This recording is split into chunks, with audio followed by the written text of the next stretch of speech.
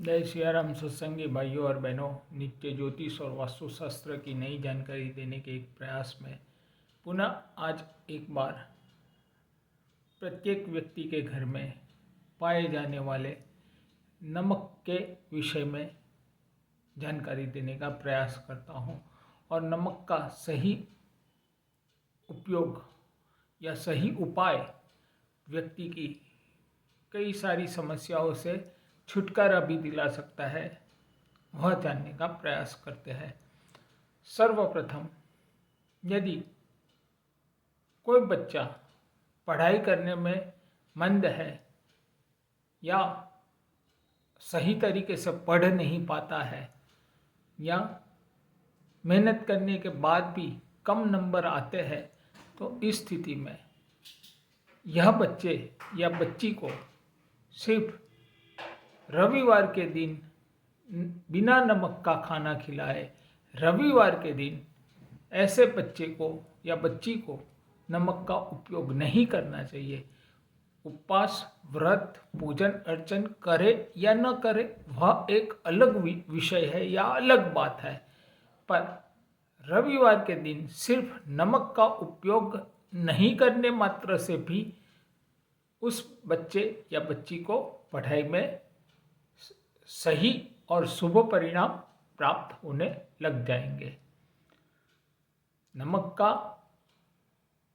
एक बेहद ही सरल और प्रत्येक व्यक्ति को कदाचित ज्ञात ही होगा, पर फिर भी बता देता हूँ। हर एक दिन, प्रत्येक दिन यदि आप अपने घर में के अंदर पोछा लगाने के समय बाल्टी में खड़ा नमक यदि नित्य डालकर पोछा लगवाते हैं, तो नकारात्मक ऊर्जा उस घर से या उस स्थान से समाप्त होती है और सकारात्मक ऊर्जा का वहाँ वास होता है। धन के मामले में हो सके तो प्रत्येक घर में नमक पिसा हुआ जो हम उपयोग में लेते हैं, वह किसी न किसी तरीके से किसी न किसी शीशी में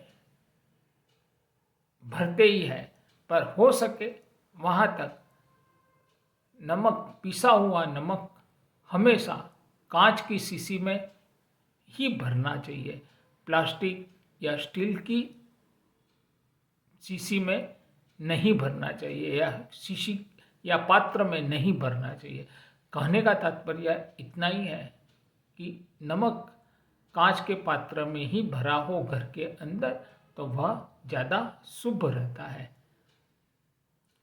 और हो सके शौचालय अर्थात अपने घर के बाथरूम, टॉयलेट्स के अंदर कांच की कटोरी में आपको नमक रखना चाहिए, और वह नमक एक ऐसा है, वह खुला होगा। बाकी घर के अंदर जैसे कि मैंने बताया कांच की शीशी में भरते हैं, तो स्वाभाविक सी बात है कि वह शीशी ऊपर से ढक्कन से बंद ही होगी। पर डाइनिंग टेबल पे भी अगर आप शीशी रखते हैं या कुछ छोटी डिब्बी रखते हैं, तो वह भी कांच की हो और ऊपर से बंद हो, इसका ख्याल रखें। यह है कुछ नमक के सामान्य से उपाय।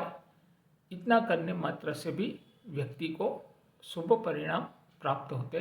धन्यवाद। जय सियाराम। अगले दिन इसी प्रकार कोई अन्य पदार्थ के विषय में जानकारी लेकर आपके सामने सन्मुख होने का प्रयास करूंगा। जय सियाराम।